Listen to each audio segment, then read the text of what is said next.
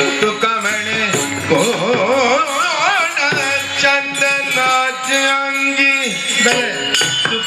म्हणे कोण चंदनाचे अंगी तुका म्हणे कोण चंदनाचे जगी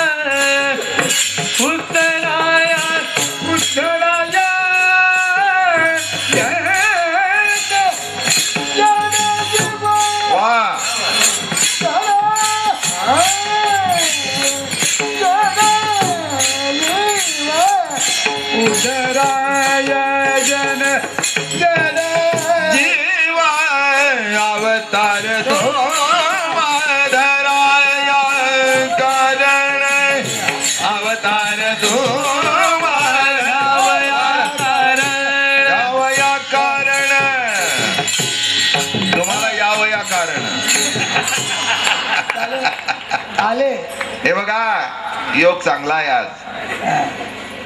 आज जगद्गुरु तुकाराम महाराजांचे विद्यमान वंशज केवढं भाग्य आपलं बर का